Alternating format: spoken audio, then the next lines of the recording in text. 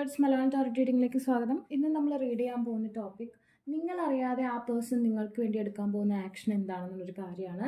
Collective reading ആണ്. നിങ്ങളൊരു card തിരഞ്ഞെടുക്കുകയോ ചിത്രം തിരഞ്ഞെടുക്കുകയോ ചെയ്യേണ്ട ആവശ്യമില്ല.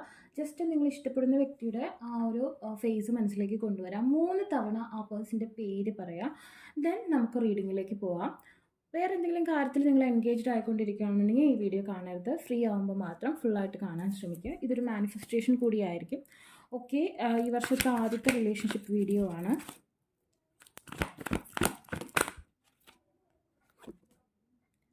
സെൽഫ് റെസ്പെക്റ്റ്, മാരേജ്,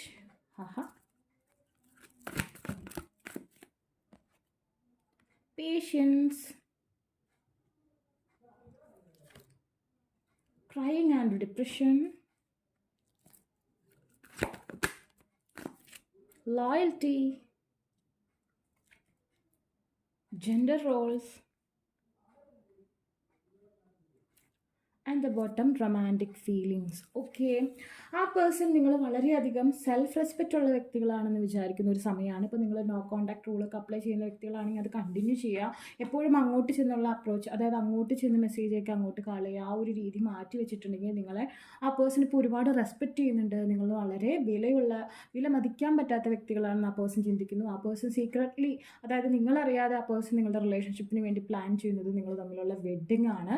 ഓക്കെ, ആ പേഴ്സൺ നിങ്ങളെ വിവാഹം കഴിക്കാൻ വളരെയധികം ആഗ്രഹിക്കുന്നു. നിങ്ങൾ ഭയങ്കര വർത്തിയാണെന്ന് ആ പേഴ്സൺ ചിന്തിക്കുന്ന ഒരു അവസ്ഥ കാണുന്നുണ്ട്. നിങ്ങളുടെ ക്ഷമ, അതായത് നിങ്ങൾ ക്ഷമാപൂർവ്വം കാത്തിരുന്നതിൻ്റെ ഫലമായിട്ടാണ് ആ പേഴ്സൺ ഇപ്പോൾ ഈ ഒരു മാറ്റം വന്നിട്ടുള്ളത്. ആ പേഴ്സൻ്റെ ആ ഒരു കപ്പൽ നിങ്ങളുടെ ഡെസ്റ്റിനേഷനിലേക്ക് വന്നുകൊണ്ടിരിക്കുകയാണ്. നിങ്ങൾ ആയിരിക്കുന്ന സ്ഥലത്തേക്ക് ആ പേഴ്സൺ ആകുന്ന കപ്പൽ വന്നുകൊണ്ടിരിക്കുകയാണ്. നിങ്ങളുടെ വെയിറ്റിംഗ്, അതായത് നിങ്ങൾ വിശ്വാസത്തോടെ മാനിഫെസ്റ്റ് ചെയ്ത് വെയിറ്റ് ചെയ്തിട്ടുണ്ടെങ്കിൽ തീർച്ചയായിട്ടും അതിൻ്റെ ഫലം നിങ്ങൾക്ക് ലഭിക്കാൻ പോകുന്ന ഒരു സമയമായിട്ട് കാണുന്നുണ്ട്. ആ പേഴ്സൺ ഒരുപാട് നിങ്ങൾക്ക് വേണ്ടി കരയുകയും നിങ്ങളില്ലാത്ത സമയങ്ങളിൽ ഡിപ്രഷൻ സ്റ്റേജിലേക്ക് പോയിട്ടുണ്ട്. ആ പേഴ്സൺ നിങ്ങളെക്കുറിച്ച് ആലോചിച്ച്, നിങ്ങളുടെ ബന്ധത്തെക്കുറിച്ച് ആലോചിച്ച് കരഞ്ഞ സാഹചര്യങ്ങൾ ഉണ്ടായിട്ടുണ്ട്. നിങ്ങളാണ് ആ പേഴ്സണെ ലഭിക്കാവുന്നതിൽ ഏറ്റവും ലോയലായിട്ടുള്ള വ്യക്തി, അതായത് ഏറ്റവും സത്യസന്ധത നിങ്ങളുടെ റിലേഷൻഷിപ്പിലാണ് ഉള്ളത്. നിങ്ങൾ ആ പേഴ്സൺ ഒരിക്കലും വഞ്ചിക്കില്ല എന്നുള്ളൊരു സത്യം ആ പേഴ്സൺ തിരിച്ചറിഞ്ഞിട്ടുണ്ട്. ഇപ്പോൾ ഈവൻ വേറുള്ള വ്യക്തികളായിട്ടുള്ള സഹവാസത്തിൽ നിന്നായിരിക്കാം ആ പേഴ്സൺ അത് മനസ്സിലാക്കിയിട്ടുണ്ടാവുക. നിങ്ങളുടെ അത്രയും ആത്മാർത്ഥത വെച്ച് പുലർത്തുന്ന വേറൊരു പങ്കാളി ആ പേഴ്സണ് ലഭിക്കില്ല എന്ന് ആ പേഴ്സൺ ചിന്തിക്കുന്നതായിട്ട് കാണുന്നുണ്ട്. നിങ്ങളാണ് ആ പേഴ്സൻ്റെ യിൻ എനർജി, അതായത് divine masculine and divine feminine energy എന്ന് ആ പേഴ്സൺ ചിന്തിക്കുന്നതായിട്ട് കാണുന്നുണ്ട്. ഒരുപാട് റൊമാൻറ്റിക് ഫീലിങ്സ് ആ പേഴ്സണ് നിങ്ങളോട് തോന്നുന്ന ഒരു സമയമായിട്ട് കാണുന്നുണ്ട്. നിങ്ങൾ തമ്മിൽ ഹെൽത്തി സെക്ഷുവാലിറ്റി പോസിബിൾ ആവുമെന്ന് ആ പേഴ്സൺ ചിന്തിക്കുന്നു. അതുപോലെ തന്നെ നിങ്ങൾ രണ്ടുപേരും കൂടി ചേർന്നായിരിക്കും ആ പേഴ്സൻ്റെ ഫ്യൂച്ചർ, അതായത് ആ പേഴ്സൻ്റെ അടുത്ത തലമുറ ഉണ്ടാവുക എന്നാണ് ആ പേഴ്സൺ ഇപ്പോൾ ചിന്തിച്ചുകൊണ്ടിരിക്കുന്നത്.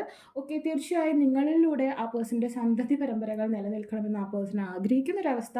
അതുപോലെ തന്നെ ഒരുപാട് ഹെൽത്തി, അതായത് ഒരുപാട് സെക്ഷൽ ഫാൻറ്റസീസ്, ഒരുപാട് സെക്ഷൽ ഫീലിങ്സ് നിങ്ങളോട് തോന്നുന്ന ഒരു സമയമാണ്. ഒരുപാട് റൊമാൻറ്റിക് ഫീലിങ്സും ഉള്ള ഒരു സമയമാണ്.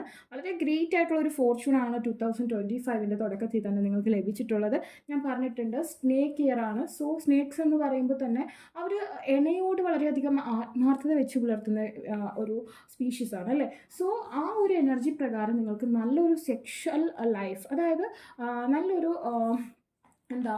യൂണിയൻ നിങ്ങൾക്ക് പോസിബിൾ ആവും. അത് സിൻസിയർ ആയിട്ടുള്ള പ്രണയം ഇവിടെ കാണുന്നുണ്ട്. ആ പേഴ്സൺ വെഡ്ഡിങ് ആണ് പ്ലാൻ ചെയ്തുകൊണ്ടിരിക്കുന്നത്. നിങ്ങൾ അറിയാതെ ആ പേഴ്സൺ നിങ്ങളുമായി സെക്ഷൽ ആയിട്ടുള്ള കാര്യങ്ങൾ, അതായത് നിങ്ങളുമായി ഫിസിക്കൽ ഇൻറ്റിമസി ചെയ്യുന്നതിനെക്കുറിച്ചുള്ള ഡ്രീംസ് ഒക്കെ കാണിക്കുന്നു. അതുപോലെ തന്നെ നിങ്ങൾ രണ്ടുപേരും ചില ഡെസ്റ്റിനേഷനിൽ, അതായത് കടലിനോട് ചേർന്നിട്ടുള്ള ഡെസ്റ്റിനേഷനിൽ നിങ്ങൾ രണ്ടുപേരും ഒരുമിച്ച് നിന്ന് സ്റ്റില്ലെടുക്കുന്നത്, സേവ് ദി ഡേറ്റ് ഒക്കെ ഫോട്ടോഷൂട്ട് ചെയ്യുന്നത്, ഇത്തരം കാര്യങ്ങളൊക്കെ ആ പേഴ്സൺ ചിന്തിക്കുന്നതായിട്ട് കാണുന്നുണ്ട്.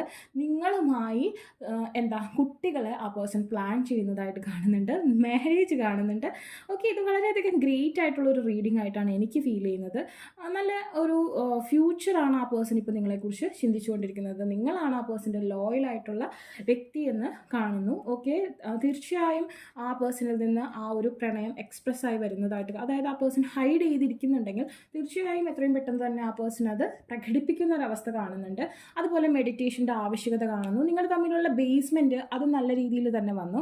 ബട്ട് മിഡിൽ വെച്ചിട്ടുള്ള ആ ഒരു മാനിഫെസ്റ്റേഷൻ എന്തുകൊണ്ടോ ബാലൻസ്ഡ് അല്ലെന്ന് കാണിക്കുന്നു. സോ നിങ്ങളുടെ ഓറയുമായി ബന്ധപ്പെട്ട സ്പെൽസും കാര്യങ്ങളൊക്കെ നിങ്ങൾക്ക് ഇവിടെ യൂസ് ചെയ്യാം. വളരെ കുറച്ച് പേര്, അതായത് ഈ വീഡിയോ കാണുന്നതിൽ 2 പേരെങ്കിലും ഒരു ടിൻ ഫ്ലെയിം റെക്കഗ്നൈസേഷനിൽ പോയിക്കൊണ്ടിരിക്കുന്ന ഒരവസ്ഥ കാണുന്നുണ്ട്. മിററിങ് ഈച്ച് അതർ ആയിരിക്കും. ആ പേഴ്സൺ എന്താണോ അത് തന്നെയായിരിക്കും നിങ്ങൾ എന്ന് പറയുന്ന ഒരു സാഹചര്യത്തിലൂടെ ആയിരിക്കും ഈ ഒരു റിലേഷൻഷിപ്പ് പോവുക. ഇപ്പോൾ നിങ്ങൾ ടിൻ ഫ്ലെയിമിൽ അല്ലെങ്കിലും ടിൻ ഫ്ലെയിമിൻ്റേതായ സ്വഭാവങ്ങൾ ഇപ്പോൾ ഈ ഒരു അവസ്ഥയിൽ, നിങ്ങൾ ഈ വീഡിയോ കാണുന്ന അവസ്ഥയിൽ ഫീൽ ചെയ്യുന്നുണ്ടായിരിക്കും. അതുപോലെ തന്നെ അതിൻ്റേതായ ഐഡൻറ്റിഫിക്കേഷൻസും ഉണ്ടാവുന്ന ഒരു സമയമാണ്. ഞാൻ പറയുന്നില്ല ഒരിക്കലും നിങ്ങളെല്ലാവരും ടിൻ ഫ്ലെയിം ജേണിയിലാണെന്ന്. ഈ ലോകത്ത് തന്നെ 0.002% ഒക്കെ tin flame persons ഉണ്ടായിരിക്കുള്ളൂ.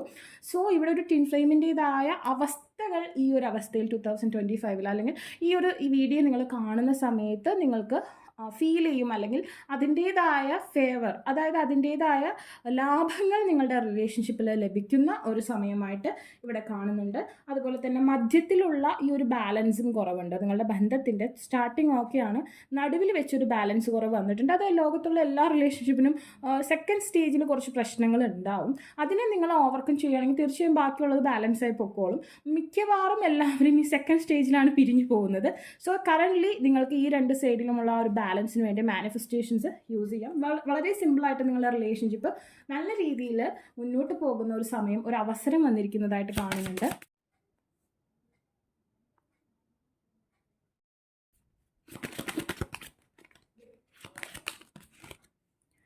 I am starting to understand our connection. തീർച്ചയായും ആ പേഴ്സൺ ഇപ്പോഴാണ് നിങ്ങൾ തമ്മിലുള്ള കണക്ഷൻ്റെ ആ ഒരു ബ്യൂട്ടി എൻജോയ് ചെയ്യുകയും ആ പേഴ്സൺ അത് മനസ്സിലാക്കുകയും ചെയ്യുന്നത്.